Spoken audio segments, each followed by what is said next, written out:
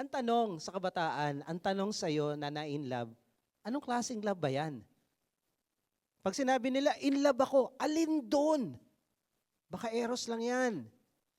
Okay? Baka ludus lang yan, baka phileo lang yan. Maraming tao, hindi nila alam ano yung love na sinasabi nila.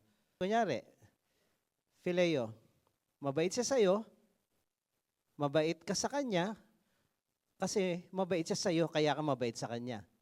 Okay? Ang akala mo ngayon, yung love na yan ay pagpapakasal na. Akala mo kayo na, kasi mabait siya kahit wala siyang pera, wala siyang trabaho, tamad siya, di basta mabait lang, okay na.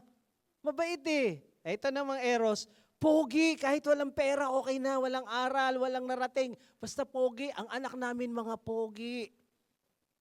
Kahit walang makakain, basta pogi lang, okay na yan.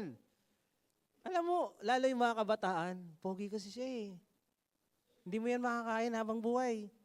Mabait kasi siya eh, hindi laging mabait yan. Sa eros, gusto pogi.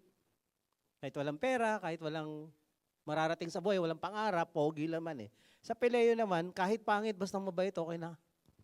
Ang eros ay physical. Physical talaga. Gwapo, sexy, maganda. Kaya nga sabi ko, nung nakita mo siya, talagang parang bote ng Coca-Cola, yung maliit.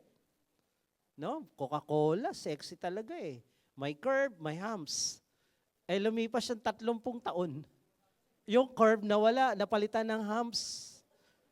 Tapos, Coca-Cola pa rin, kaya lang 1.5. Imagine mo yun. So paano na? Saan kayo dadamputin? Eros, sabi dito, physical love, love of the body, sexual love. Eros was the Greek god of love and sexual desire. Eros is mainly based on sexual attraction. Lakas ng attraction mo. Sex appeal, yan. Eros yan.